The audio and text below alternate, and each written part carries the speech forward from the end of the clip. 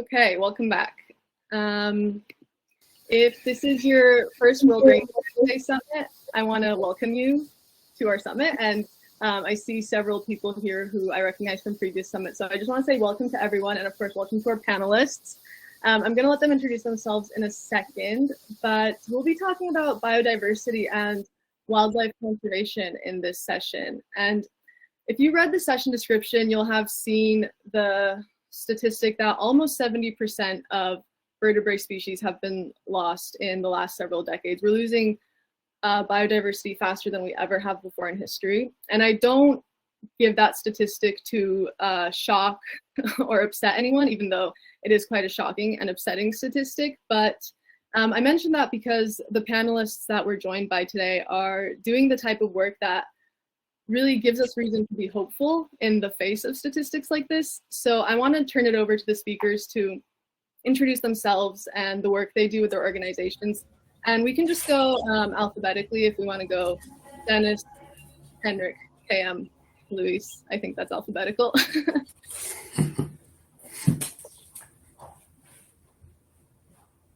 Denis, do you want to begin with an introduction, or should we start with KM? Let's go KM and we can come back to Denis. Okay, hi everyone. Can you hear me? Is the sound okay? Yeah, lovely to be here. Thank you so much for the invitation. I'm KM Reyes. I'm project manager for the Asia Pacific at One Tree Planted, which is a global reforestation charity based in North America. And I'm also co-founder for the Center for Sustainability PH, which is a women-led youth organization working in rainforest conservation on the island of Palawan in far western Philippines. And I'm dialing in today from Sydney, Australia. So lovely to be here and really looking forward to meeting all of my co-panelists.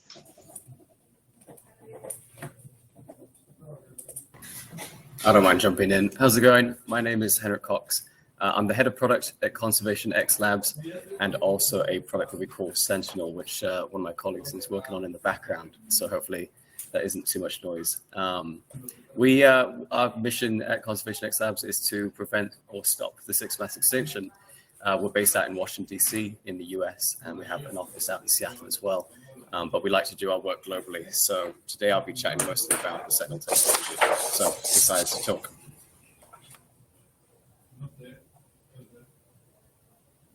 Luis, I think Denis is having some connection issues, so someone from our team is helping him sort it out, but you can go ahead and hop in. Yes. Hi, my name is Luis Pabon. I'm the head of strategic partnerships at Adventure Scientists. We're an NGO that collects information. We use different methods, and we're working mainly in the United States, but also in other countries around the world. We use citizen science, and well, I'll be talking about the different things we do and our approaches to data collection and the importance of it. Thanks. So I want to ask, we'll get back to Denis's introduction whenever he's able to rejoin us, but Luis, you brought up the point of data collection. So I want to hop right into that because each of you, your work revolves around data in one way or another. So I want to ask each of you what data collection looks like in your work, because I think for each of you it's slightly or vastly different. Luis, you can start us off with that. Okay, thank you very much. Well, we started about 11 years ago. Greg Trainis is the person who founded this organization. He had a strong passion, or he has a strong passion for both scientific discovery and exploration. And the model he initiated by leveraging the skills of the adventure community to gather difficult to attain data, mainly at scale, in any environment. So Adventure Scientists had different projects. For instance, we have one of the largest databases on plastics in the ocean, or we have a project with wild and scenic rivers in the US, and or forest timber samples across large landscapes, but mainly oriented to volunteers. Now we are expanding, and we're going internationally in a few countries, and our model is well, not really changing, but also expanding. We're working with communities and with different types of partners and institutions across different geographies in Africa, South America, and Asia, Latin America, I must say. And what we do is we collect data on biodiversity, forests, climate change, and water. I don't know if that is good enough, or I don't want to take all your time. I want to give No, that's good. We'll dive more into, there's several things you said there that I want to explore a little bit more, but let's go ahead and hear from Henrik about what data collection looks like in his work working with Sentinel. Yeah, absolutely. I can provide a little bit of background as well on what the Sentinel is. So essentially, I mean, we've got kind of rows of them sitting back here. We started this project back in 2019, right before the COVID pandemic and shutdowns, where we wanted to figure out like what were the biggest headaches that a lot of conservationists around the world were facing.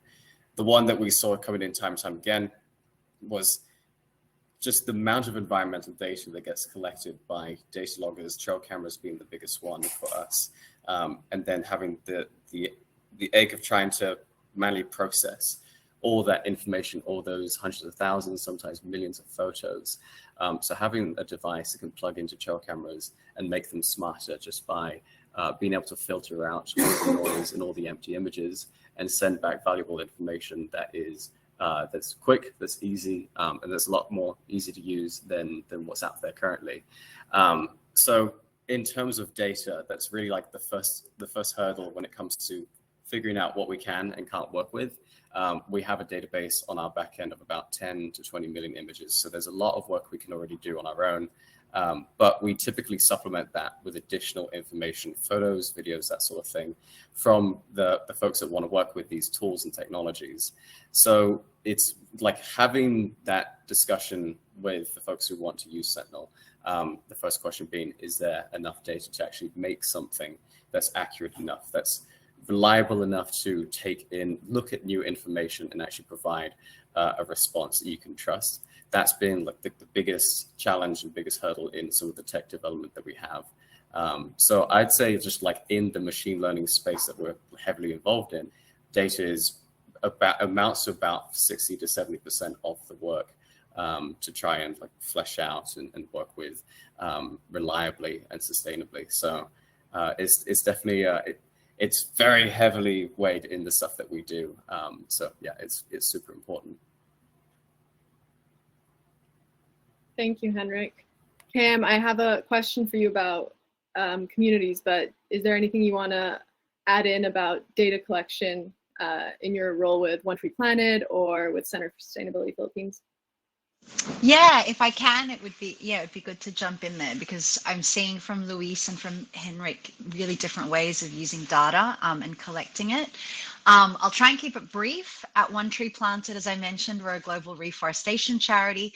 We're working in over 80 countries with over 400 frontline organizations that are planting trees all around the world and doing restoration efforts.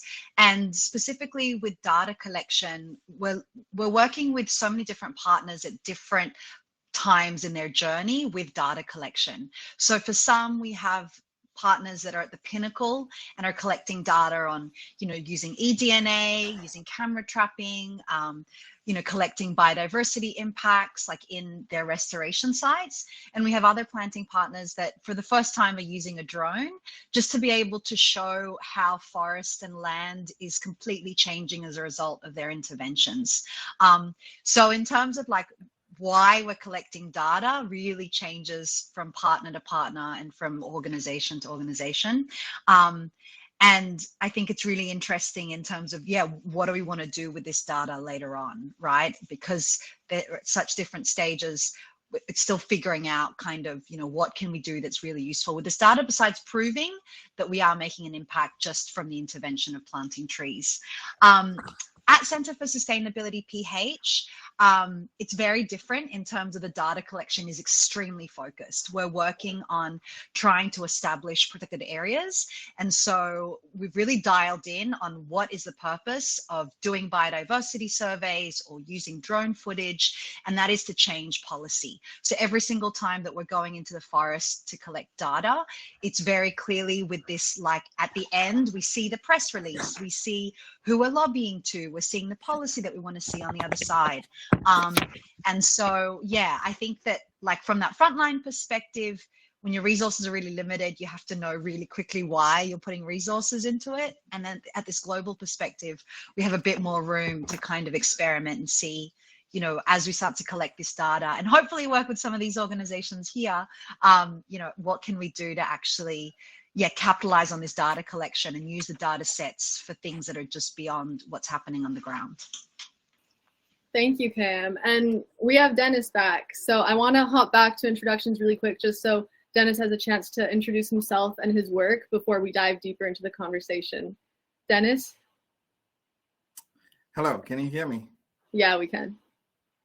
Sorry, I had to change the internet sources. My name is Denis Ndeloh. I come from Cameroon in Central Africa, and I am the founder and president of Community-Based Biosynergy Management. It's a new NGO that we started up in 2021, or the end of 2020. I also work for the Nunavut Wildlife Management Board in the Canadian Arctic as the director of wildlife. And I have experiences with community-based monitoring, data collection for decision-making, and also for providing background information for biodiversity assessments and decision-making in both in Cameroon and in Canada. I'll stop there for now. Thank you, Denis. So I actually want to dive deeper into what you just said, which is community-based monitoring.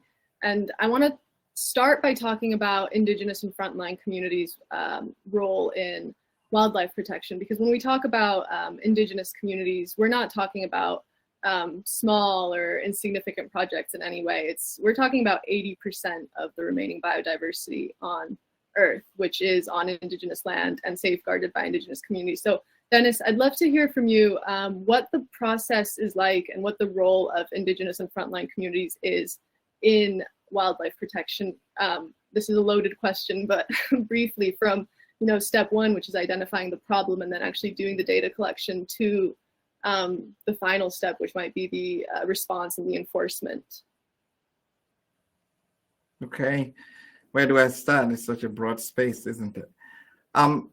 So from where I sit, I think I'll take the Canadian perspective. In Canada, following the Truth and Reconciliation and all of these things that you must have heard from anywhere in the world where you are with reconciling with Indigenous people, the country itself, particularly north of 60, as we call it in the Arctic and subarctic, the state is rebuilding relationships with Indigenous people in all aspects. And what does that mean, people say? It actually means decolonizing the space, decolonizing the knowledge systems, whether all kinds of knowledge. It means leaving the space for Indigenous and local communities to thrive, to do it their way, to be involved, and to be involved without somebody looking over necessarily, to trust, building those trust and relationships, which is something that is supposed to already be happening. I think we are at a point where, faced with the biodiversity crisis, the climate change crisis, we know that it is inevitable that Indigenous people are involved, inevitable that Indigenous people share their knowledge. We are compelled to listen, we are compelled to learn from their traditional ways of stewardship of taking care of the biodiversity in the forest and on all the ecosystems. We're forced, but we also are at a point where we can benefit from something that is also very powerful. The power of the cell phone and an app on the cell phone, the power of citizenship science, the power of community-led monitoring, and all of these things allow us to immediately make impact by not only recognizing that there is a need for creating those spaces for indigenous communities to tell us their stories, to tell us about the relationship with wildlife, with biodiversity, with ecosystems, and to teach us how to protect biodiversity. We now also have the tools to completely empower them to participate in science, science is a Western creation. But these tools allow indigenous people to participate in this if we give them the spaces to do so. And I think that is important from my perspective. It is the need and the opportunity are just all coming together at the same time, and it's a time that we cannot look away. We are compelled to do that. Absolutely. KM, you also have experience working with indigenous and frontline communities in lots of different settings, different from where Denis has experience. I'm wondering if there's anything you want to add from your background. Yeah, Denis, thank you so much for that intervention. I think you nailed it on all points. And I think that whether you're in Africa or Asia or Latin America or anywhere where, we still have indigenous communities, this is definitely the case. I guess specifically right now we're at a flexion point globally with biodiversity conservation, where the evidence is overwhelming, and we have a dialogue now like we've never had before about the importance of Indigenous peoples and local communities. Just to give like a very simple case study, specifically in the Philippines, where I'm from, Center for Sustainability PH is a local organization. Besides myself, my other 5 colleagues were born and raised and are Indigenous to the island of Palawan. And we were able to establish the Philippines' biggest critical habitat. It's about 41,000 hectares of pristine rainforest. And we were able to do that on $150,000 over 4 years, engaged directly with 10 communities, and with 2 undergraduate degrees across the 6 of us. The point of this is that it's not anything about qualifications much of the time. It's about showing leadership and having people give you the opportunity to have that platform. And so I think that at this flexion point, what's really important is looking at ways that we can move from dialogue to actual action. And I do believe that a key part of that is getting funding in the hands of Indigenous peoples and local communities. And this is a key part also of what Denis was talking about around decolonization and giving power back to frontline communities. And technology will be a key part of that as well. There's so much technology that is still being kept in ivory towers that is not making it down to the front lines. Technology that's being developed that is not thinking about how frontline communities can use it. And this is where the implementation, dialogue that's happening post Biodiversity COP in Montreal last December is really, really important. But I'm going to leave it there for now. Thank you, KM. And you both touched on this idea of technology, and especially technology that is accessible to those frontline communities that are really on the ground doing the work that we're talking about when we talk about conservation. Henrik, I want to turn the tech question to you. With Sentinel, I want to hear more about the process of how you involved frontline communities and frontline defenders, the scientists and the biologists that are on the ground. How are they involved in the process of creating a tech that really meets the needs and also meets the needs of diverse communities? Because obviously not every community is going to have the same goal with the tech that they're using, right? Oh, absolutely, yeah. It's really tough because, obviously we don't want to be building tech for tech's sake. The whole idea of this, as I mentioned a few minutes ago, was the project started really just having conversations with those on the front lines. And today, every time we do a deployment or test or field test or anything of the sort, we're working with those conservationists who are actively in the location that we want to deploy in, or rather they want us to deploy in. And then, actively getting their feedback on what works and how to make it as accessible and intuitive as we can. In this space of AI and machine learning, it's very easy to say that there's the technology can be lumped together as a kind of a one size fits all rather, for what you want to train and deploy and create. But in the conservation space, you can almost think of every deployment as an individual question. Every single deployment, every single conservationist wants to look at a different species. Some of them want to look at time critical scenarios. We're looking at deployments that are dealing with front lines for the poaching and other threats to species such as invasive species and zoonotic diseases. So every time we do a new piece of work, it's a different question. And every model that we train and every deployment that we make, we have to create a unique and custom answer to that. And that always starts with the fundamental, building that relationship and that partnership in terms of what is actually necessary for being deployed on the front line. How can we address the actual problem that people are coming to us with?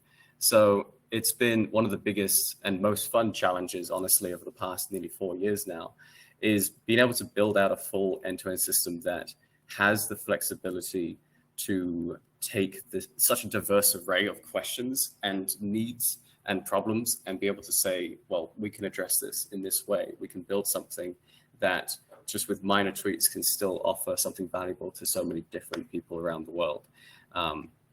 So that's really how we've been trying to do it. And it's a learning process. It's very cyclical in terms of building, testing, working closely with those partners, fixing the bugs, and then going back to the drawing board whenever things need rehashing. But yeah, that's essentially just how we've been working to do it. And luckily, we wouldn't be here with a row of devices today if we hadn't been going through that process, which is definitely a long and hard one, but it's good fun nonetheless. I want to ask everyone here, well, not Henrik, obviously, because I think his answer is obvious to this question, but KM, Denis, Luis, how do you use tech in the data collection that you do when you work with communities or when you're on the ground? Do you use tech? Is that a big part of your work? Well, yes, and if I can take the question, yes, we do use technology. We use apps. We use GIS. We use all types of technology that is appropriate for different things. And we have even worked with Conservation X Labs, I think, and in I'm not sure, a couple of years ago or a year ago, and well, so we what we do is we even study what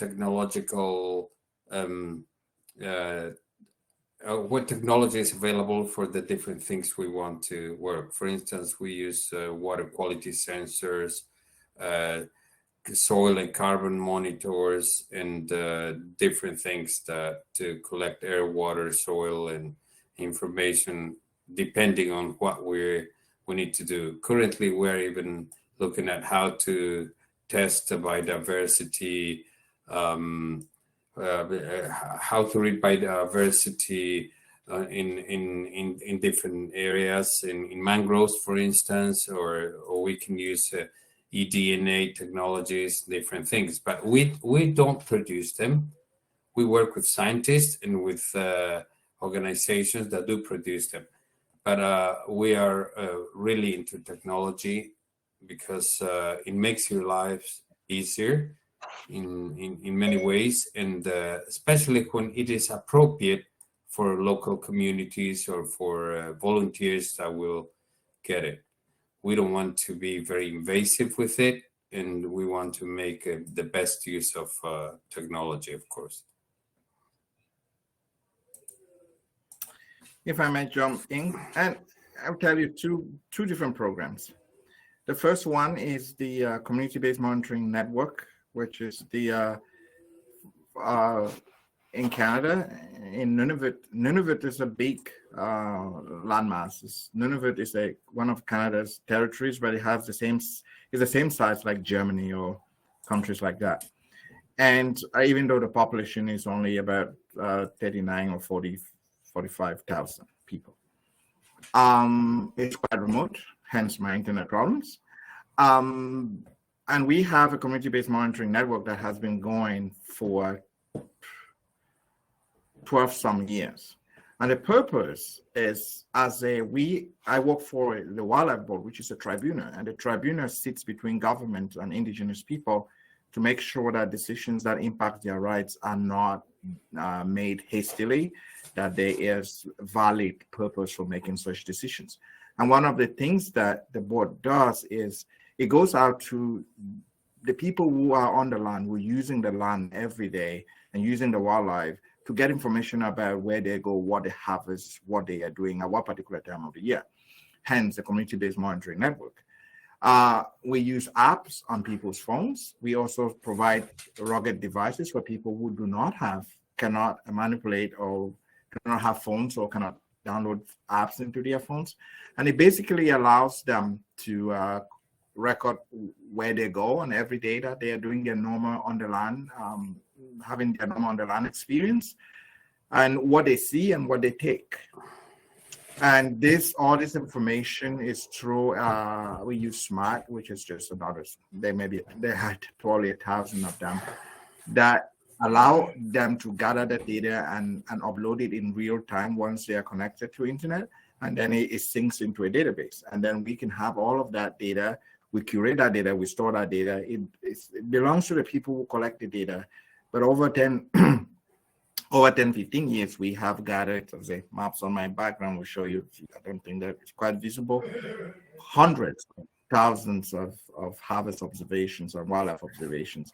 And we could not get this information through science surveys. Given the vastness of the territory and the remoteness of the territory, it will cost millions of dollars to do this. But the power of community-based monitoring gives you that. You can get the citizens themselves to collect the data. But we make sure that people have to weigh in on what they want to collect and how they want to do it. What is the design? And it goes down to every detail.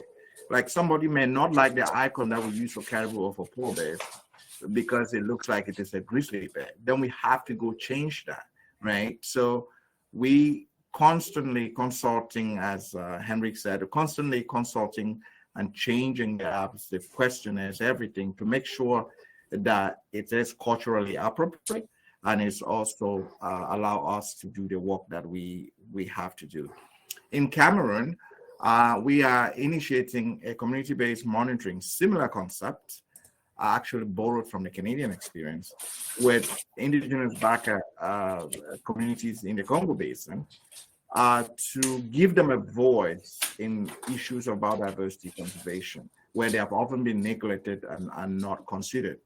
Bring their knowledge to the table, bring their data to the table.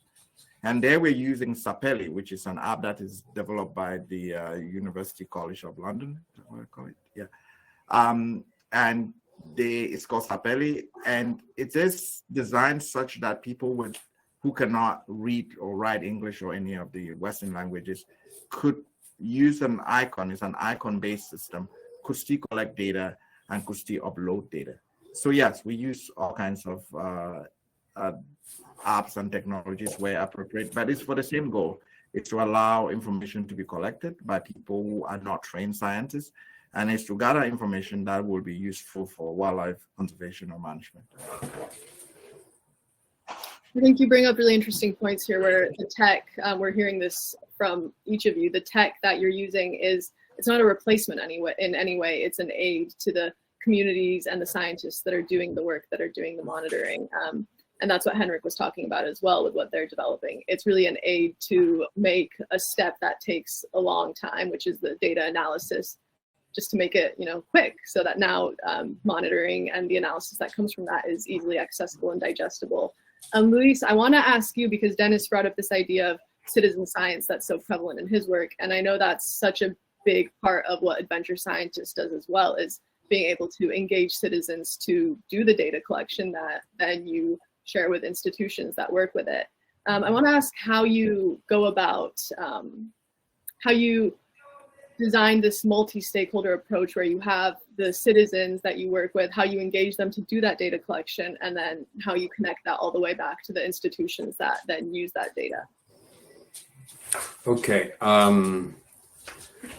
Well, we have a couple of ways of doing that. We work with volunteers, and then we look for scientists as well who have questions, who need data, and we engage volunteers that we train and in the different methods of the data collection. This is one way. The scientists, they can come from different organizations, from universities, from NGOs or different places, whoever needs the data, they would come to us and they will ask us for if we can generate this data. Then we engage the volunteers, we train the volunteers, we identify with the scientists and the volunteers, we identify the technology that we are going to use, and we go through a very comprehensive process. On the other hand, we also work with local communities, and in different ways. We engage local communities in data collection and go about the same process. But the interesting thing is that we start this process by identifying if the data collection objectives will be in hand with our mission, which is to influence policy or influence something that will make better the world. For instance, if something is going to change the conservation path, if it is going to have a good influence there. So we engage with different stakeholders at national, at local levels, and at the global level as well. We're currently talking to different organizations. For instance, we can talk to an organization in the US that needs to do a project in Indonesia.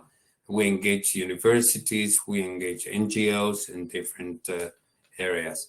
So we always keep, a balance, and which is necessary because we need to influence different organizations in order to bring about results and measures for conservation. I hope this is. Thank you, Luis. I think that's an important point, because it can't just be one sector that's doing it. It can't just be the scientists. You also need the academic institutions. You need the citizens. You need policy. Cam, I want to come back to something you said earlier about the role you played and Center for Sustainability PH played in getting over 40,000 hectares of pristine rainforest declared a critical habitat, therefore legally protected. I want to hear your thoughts on what role local policy action like that plays in complementing or maybe setting the stage for global policy that comes from big treaties like COP15, because you're also involved in those global decision-making settings. Actually, you and I met for the first time in person in Glasgow for COP26.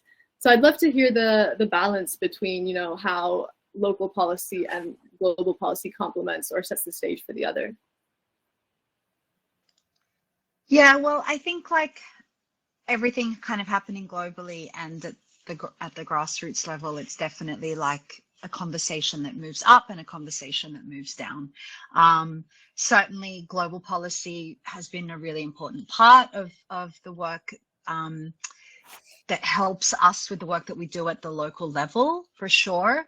But what we're seeing more and more at these big conventions, specifically the climate and the biodiversity conventions, is it is these movements at the local level that is really starting to inform more and more what's happening at the global level, which is really, really encouraging. But it is definitely an interplay. The local policy is such, for frontline organizations, it's the make or break. And so creating those conditions at the international level is really, really important.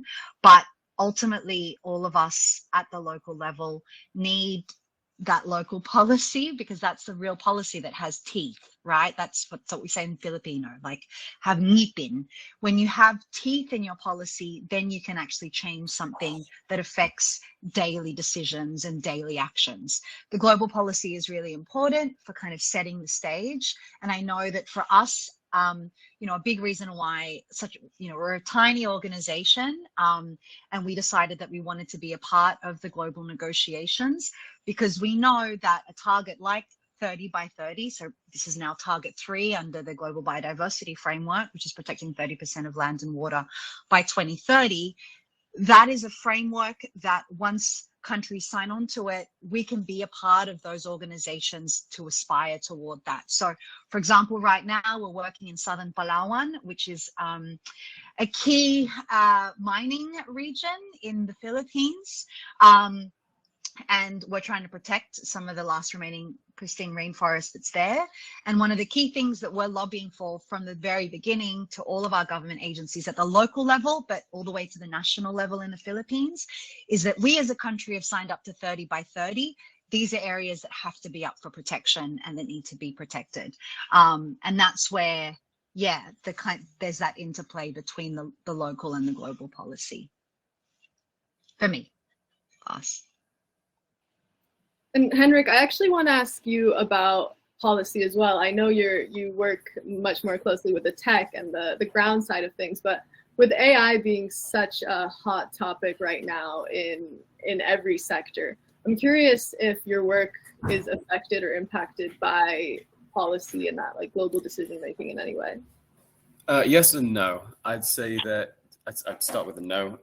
Given that we work with wildlife data, there's certainly not too much of an issue in terms of having the human surveillance element that a lot of AI conversations they have, which is a very touchy subject. But yes, absolutely, in terms of who can get their hands on this, who could be bad actors with this technology in their hands. How do we build out something that, you know, while we're scaling up and able to send out X number of units and have X number of deployments, how do we know that we can actually keep up with what they're being used for? How do we ensure that we have internal policies at Conservation X Labs and publish on our use of responsible AI, and how do we use AI ethically?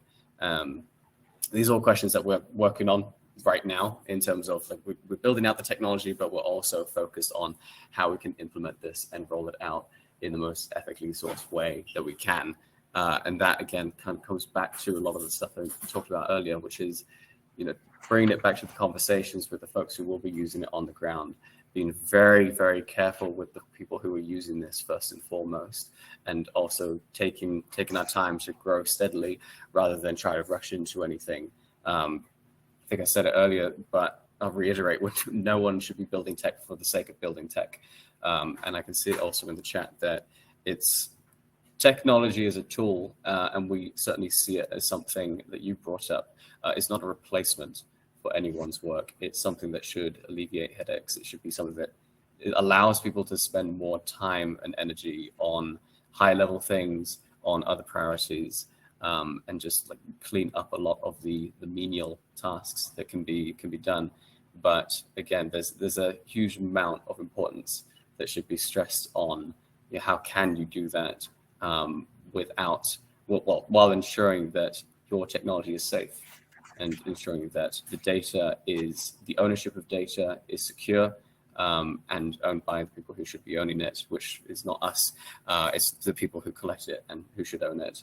How do you ensure the security of such data when it gets sent around? And then again, just when it comes back to AI, how do you build that so that it is a safe technology to use? Nia, if I can build on Henrik's intervention there.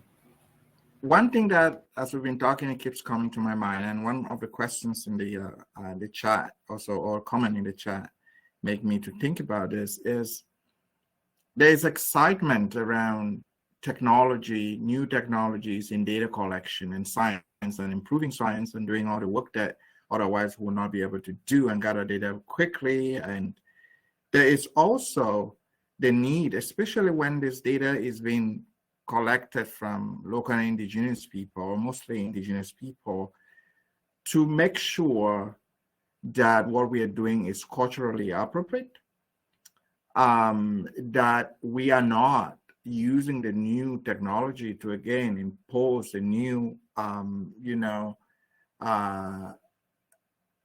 impose ourselves even more on indigenous people. And there was another comment about whose data, for whom, by whom. It is easy to convince a community to gather a lot of data about mangroves or whatever. For a scientist who is far removed from that environment to then take all of this data and put it in modeling or put it in some and get some product, some output and publish a paper and say how wonderful or great the knowledge that is generated, the findings are. It is important that that should only happen when the people who are contributing the data gives that scientist or somebody who doesn't live in that community the authority to keep, use, but most importantly, interpret their data in a certain way and not in a certain way. Because if you record data about indigenous, records of a certain species on the land, and you interpret that to mean that the range of the species is increasing because, or expanding because last year there was not that much data, did you check back with the people who gave you the data to see if they will arrive at the same conclusion? And if you do not, what is missing? Because in this interface where we're talking technology and data, we also have to, and with engaging indigenous communities, we also have to talk about indigenous knowledge and indigenous ways of knowing. That means indigenous way of interpreting what is happening in the landscape, indigenous knowledge of knowing what happens and the trends of biodiversity, which comes from a different value system that is not the same, with maybe not the same if the person is collecting the data and doing the work is outside of the community. So these discussions have to be set at the beginning of every intervention that has to do with data gathering for biodiversity, how the data will be collected, who owns the data, who owns the right to interpret the data, who will be involved in interpreting the data, and is there free and informed consent given to the person hosting the data. Just to channel this thoughts in. Absolutely, Denis, and thank you for bringing that up. That's a really important point. Absolutely, when we talk about indigenous communities and local communities, and we're taking data that they've collected, like one of our comments here said, so important to talk about ownership of information. Absolutely, especially, when it comes to monetization of data. Absolutely, these are all really important points to bring up.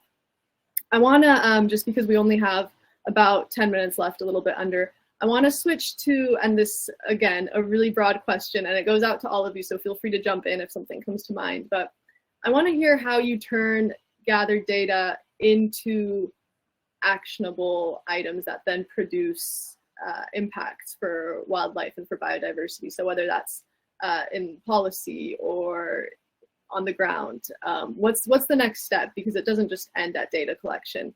We've collected it, we have Henrik's text, so now we've analyzed it quickly, and then what?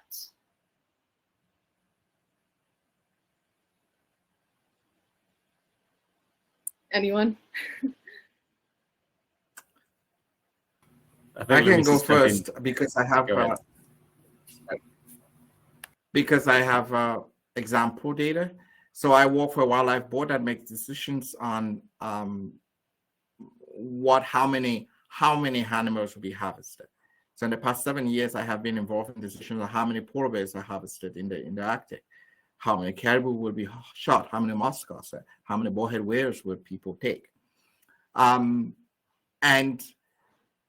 these decisions often follow a hearing of some sort where the board, as a that I work for, as a tribunal, will listen to science information about the status of the species and listen to indigenous concerns about limitations to rights to harvest, and then kind of strike a balance that takes into consideration data from science, but also the views of indigenous people.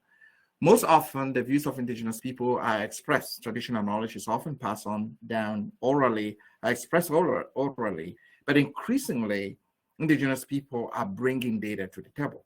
And this is data from community-based monitoring or citizenship science or community knowledge gathering or research, that collaborative research between governments and indigenous people. That data comes to the table in the form of a map. And behind me, you see a lot of occurrence data on all kinds of species in the entire territory.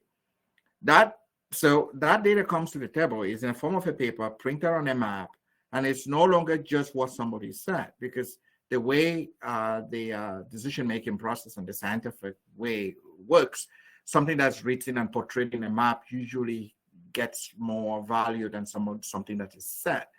But this information is starting to show up in public hearings where decision will be made about management of wildlife. It's starting to be used to know which species is moving into what area, if people have to do some intervention to prevent polar bears, because an increasing number of polar bears coming into a particular community and stuff, and they have to create a vigilante. Trust me, they are vigilantes in Nunavut, not for armed robberies, but for polar bears.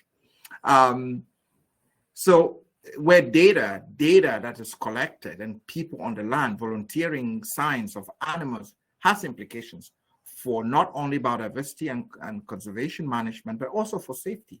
So I see those already happening.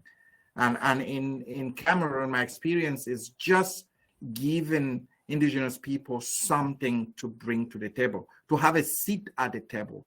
Data can do that. Data can give you a seat at the table. And these things are starting to happen. Yeah, if I may jump here. We have a case, for instance, where, in this case is trying to measure biodiversity loss. And we had a project in the Olympic National Forest in Washington State, where we studied the pine marten. This is a species of North American mammal, which had been extirpated from that ecosystem. And in partnership with the Forest Service, we set up more than 40 veiled wildlife cameras across the region. And today, the important work of the Forest Service, along with other partners, has restored the Olympic coastal marten.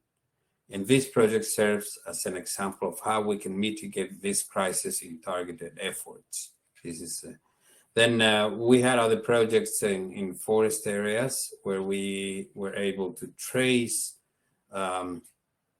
timber traffic, and this information was used in courts in the U.S. But all the information that we produce needs to have a purpose, a policy or a biodiversity outcome, a very strong one. So we know in many cases, a lot of information or data is gathered and it's not used, and it's misused. And I also want to say that, for instance, what we see is a good step is the creation of this monitoring framework for the 30 by 30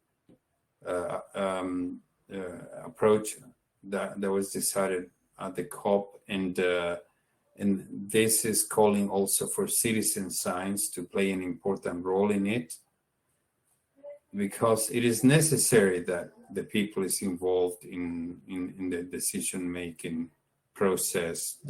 And also, we don't know from the different actions or the investment that is done in biodiversity by the different organizations, we don't monitor the results. We don't know if that money is being used wisely or not, or if the impact is really worth it. So it is key for us that the collection of data is well used and monitored and based to a purpose. KM, do you want to go first? No, you jump in. all good. Sure. If I remember the question correctly, how do we gather data to positive outcomes, right? Okay, cool. I've got 2 responses to that, so I'll be quick. The low-hanging fruit one is obviously we collect data. Our focus is really in time-sensitive scenarios and also in remote locations. So a lot of trail cameras, some of them are connected to cell networks.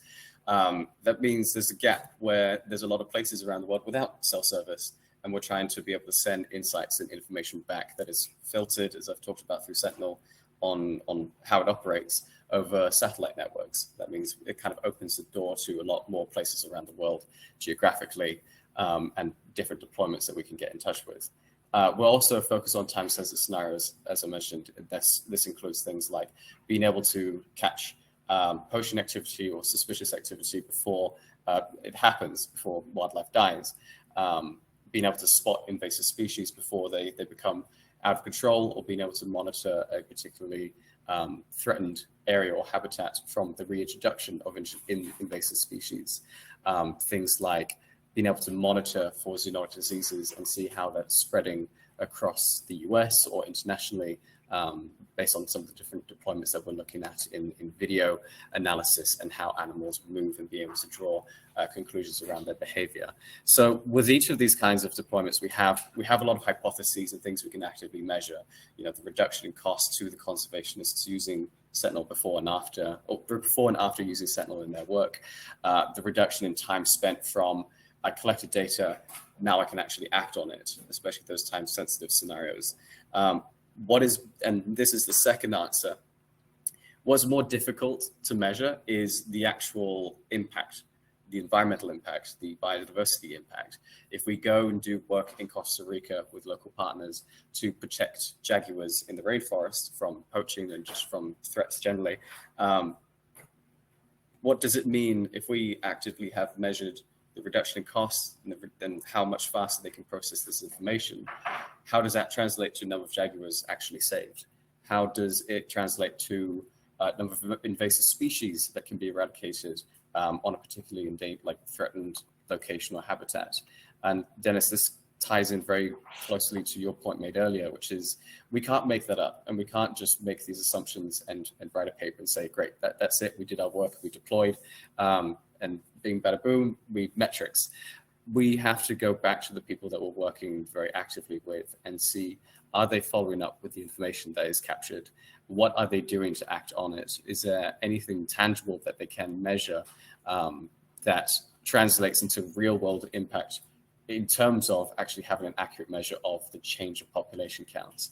And one of the big things, unfortunately, deploying technology like this means you have to have it deployed for a long period of time to be able to see those changes actively and actually have any confidence in the conclusions that you're trying to draw. So not only do you have to be very much in touch with the people that are on the ground and in the front lines, which we're trying to do every day, but it's also not a short-term solution. It's something that has to be implemented for years at a time to see the real change. So those are like the easiest grabs and also the really difficult things that we have to think about every day, and how to measure those most effectively. Kim, I'm sorry that took up too much time. Do you want to jump in? No, I think a lot of what's been said is already, I'm very much aligned with most of it. I guess just the final thing is that I do believe that we have overwhelming scientific evidence for many of the actions that we want to take. I think that the biggest bottleneck now is really translating that in ways that decision makers are influenced.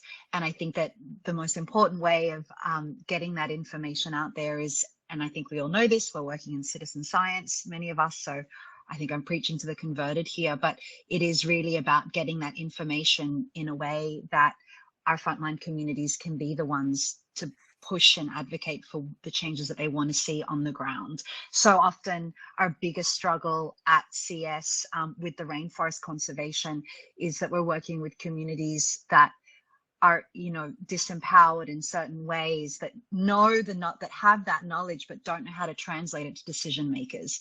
And so I think that, yes, data is really, really important, but translating it and communicating it in a way that more people can understand it, and it actually transforms decisions, and it, you know, wins hearts and minds. That's the biggest bottleneck of all. And I think that that's going to be kind of what is going to be the deciding factor over what happens with the global biodiversity framework, what happens with the climate convention. It is really about getting that data in the hands of the right people to advocate for what they want to see at the bottom. And I think that, you know, we're talking about global policy and local policy and so on. At the end of the day, it is going to be the groundswell that really transforms what happens at the front lines. Thank you, KM. And I think that's sorry, Dennis, were you going to say something? No.